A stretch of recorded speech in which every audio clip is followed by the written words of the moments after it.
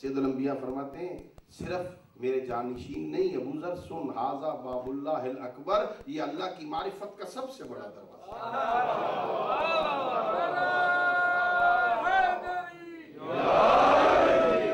حیدر کے وسیلے سے دعا مانگا کر، حیدر کے وسیلے سے دعا مانگا کر، سجاد کے صدقے میں شفا مانگا کر، مل جائے گی تجھ کو غم دنیا سے نجات، شبیر کا غم صبح و مساء مانگا کر۔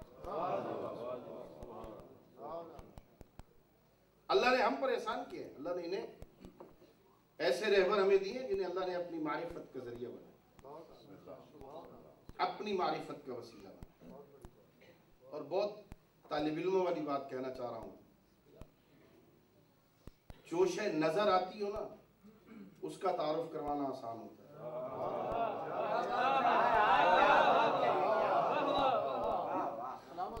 جو شے نظر آتی ہو، جسے دیکھا جا سکتا ہو، اس کا تعارف کروانا شاید آسان ہے نا۔ بھئی ایک بندے کو نہیں پتا کہ یہ ویڈیو کیمرہ کیا ہوتا ہے، آسان ہے نا، اسے بلائیں کو یہ دیکھو، یہ سمجھ جائے گا نا۔ ایک بندے کو نہیں پتا یہ حسینیہ کیا تھا، امام بارگاہ پکڑ کے لے آؤ کہ یہ ہے دیکھو۔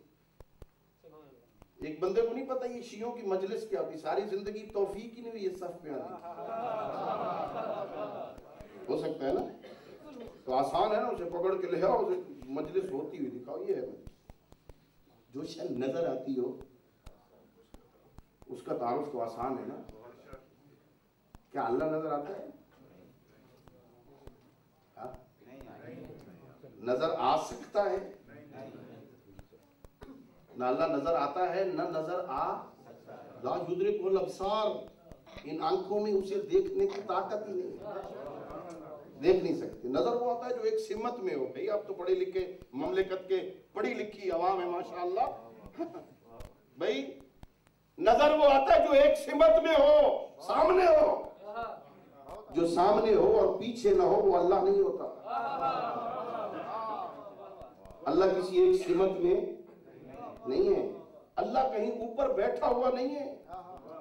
یہ بھی عقیدہ سمجھا رہا ہوں، اللہ کوئی ساتویں آسمان سے اوپر کوئی کرسی لگا کے عرش پر بیٹھا، بیٹھنا اٹھنا کیفیتیں ہیں، اللہ پر یہ کیفیتیں طاری نہیں ہوتی۔ اٹھتا بیٹھتا نہیں ہے اللہ، آتا جاتا نہیں ہے اللہ۔ اللہ کی آنکھیں نہیں ہیں، بغیر آنکھوں کے دیکھتا ہے۔ اس کے کان نہیں ہیں، بغیر کانوں کے سنتا ہے۔ اس کی زبان نہیں ہے، بولتا ہے۔ اور اس کے بولنے کا مطلب یہ ہوتا ہے جس شے سے چاہے کلام پیدا کر۔ اس کے بولنے کا معنی اللہ متکلم ہے نا، صفات ثبوتیہ میں ہم نے بچوں کو یاد کروایا نا، اللہ متکلم ہے نا۔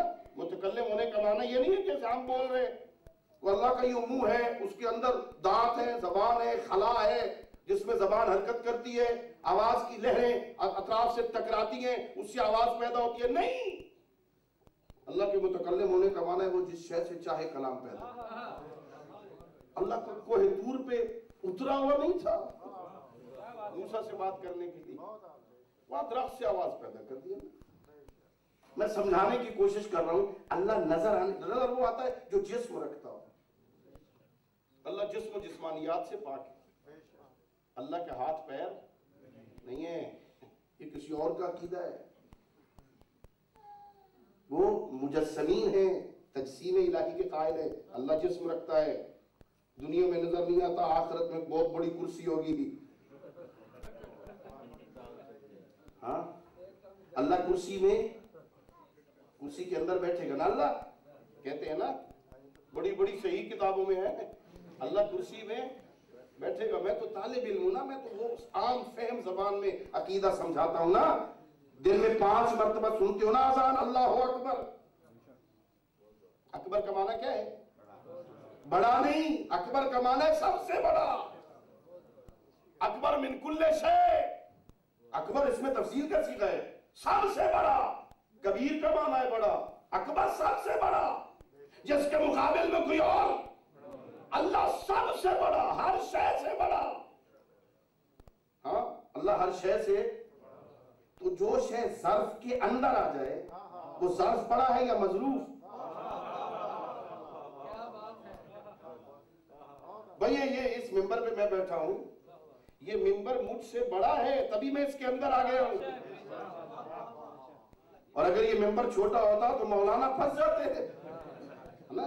میں آسانی سے بیٹھا ہوں نا، یہ مجھ سے بڑا ہے تبھی میں اس کے اندر آ گیا، تو مجھے سمجھ نہیں آئی، ساری زندگی کہتے رہے اللہ سب سے بڑا، قیامت والے دن کرسی بڑی اللہ چھوٹا۔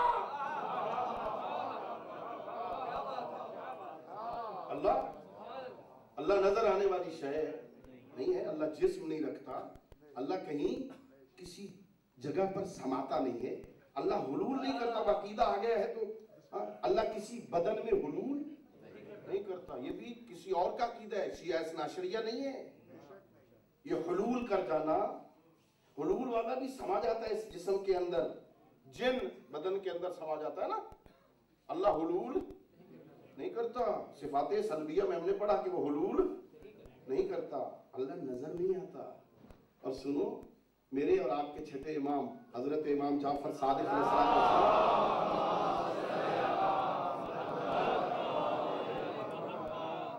نے فرمایا اگر کوئی بندہ بڑا نیک آدمی، نمازی، تہجد گزار، نماز شب پڑھ کے مصلی پہ آنکھیں بند کر کے بیٹھ جائے اور تصور کرے کہ اللہ ایسا ہو سکتا ہے، ہو سکتا ہے، نماز پڑھ کے تسبیح پڑھ کے آنکھیں بند کرے، تصور کرے شاید اللہ ایسا ہو۔ آپ کے اور میرے امام فرماتے ہو بندہ خدا، وہ جو تصویر تیرے ذہن میں بنی ہے نا، وہ تیرے ذہن کی مخلوق ہے، تیرا خالق نہیں۔ اللہ نظروں میں سماتا نہیں کہ لا یدرک الابصار، اللہ دماغوں میں آتا نہیں، جو نظروں میں بھی نہ سمائے اور جو دماغوں میں بھی نہ آئے، جسے دیکھا نہ جا سکتا ہو، کیسے سمجھاؤں عظمت آل محمد، جو ہستی نظر آنے کے لائق نہیں ہے، اس کے تعارف کا ذریعہ آل محمد کو بنا دیا۔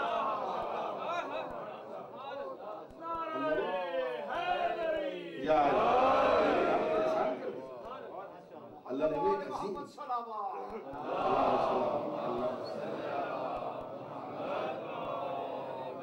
اللہ رب العزت نے ہمیں عظیم رہبر عطا فرمائے نا، اللہ نے انہیں اپنے تعارف کا ذریعہ بنا دیا۔ اور اب اپنے موضوع سے مربوط کرتے ہوئے کہتا ہوں یہ احسان ہے پروردگار کا کہ اللہ نے ہمیں معصوم رہبر عطا فرمایا۔ شرائط امامت میں سے ایک شرط یہ ہے ہمارے نزدیک، مکتب اہل بیت کے نزدیک شرط یہ ہے کہ امام وہ ہو سکتا ہے جو معصوم ہو۔ توجہ ہے نا، امام کون ہوتا ہے؟ نبی غیر معصوم ہو سکتا، نبی ایسا ہو کہ جو معصوم نہ ہو سکتا؟ ہاں نہیں بھائی، نبی کے لیے بھی معصوم ہونا ضروری، اور نبی کے جانشین کے لیے بھی معصوم ہونا بہت مشکل منزل تھی، بہت مشکل منزل۔ بھائی آپ تو صاحبان عبادت ہیں ماشاءاللہ، بڑے نورانی چہرے مجھے نظر آ رہے ہیں، ماشاءاللہ آپ عبادت کرتے ہیں، کبھی کبھی مسجد بھی تشریف لاتے ہوگے، ہاں نماز تو جمعے میں ماشاءاللہ میں گیا، بہت سارے دوست وہاں موجود تھے، ماشاءاللہ اہل عبادت ہے، بڑا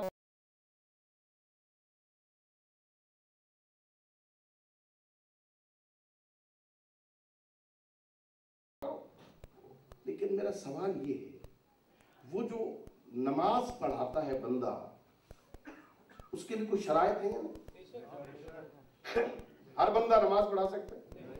ہاں ہر بندہ جو آگے کھڑا ہے کوئی شرائط تو ہے نا، وہ اس کے شرائط میں سے ایک شرط عدالت ہے، امام جماعت عادل ہونا چاہیے۔ کرنا کیا ہے آپ نے؟ 2-4 منٹ اس کے پیچھے جیسے وہ کرے ویسے ہم نے کرنا ہے، ہے نا, 2-4 منٹ جیسے وہ کرے, وہ بولے ہم نے سننا ہے, وہ کرے ہم نے کرنا ہے, وہ کہے اللہ اکبر ہم نے کہے اللہ اکبر, وہ سورہ الحمد پڑھے ہم سنیں, وہ سورہ الحمد کے بعد والا مبارک سورہ پڑھے ہم سنیں, وہ جھک جائے ہم بھی جھک جائیں, وہ رکوع سے اٹھ جائے ہم بھی اٹھ جائیں, وہ سجدے میں چلے جائے ہم بھی سجدے میں چلے جائیں. یہی کرنا ہے نا بھائی. میرا سوال یہ ہے 5 منٹ جس کے عمل سے اپنا عمل ملانا ہو, اگر اس میں عدالت شرط ہے تو جو قیامت تک ہادی بن کے آیا ہو اس کے لیے عصمت نہیں ہونی چاہیے.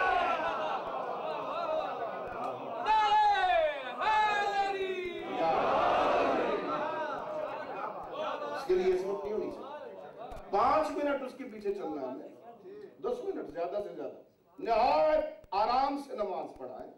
اگرچہ مستحب یہ ہے جماعت کے احکام میں سے, شاید کوئی پیش نماز یہاں نہیں بیٹھا, جماعت کے احکام میں سے ایک حکم یہ ہے کہ ضعیف ترین بندہ جو نماز میں نا اس کو سامنے رکھ کے نماز پڑھائی جائے, تیز پڑھا دی جائے.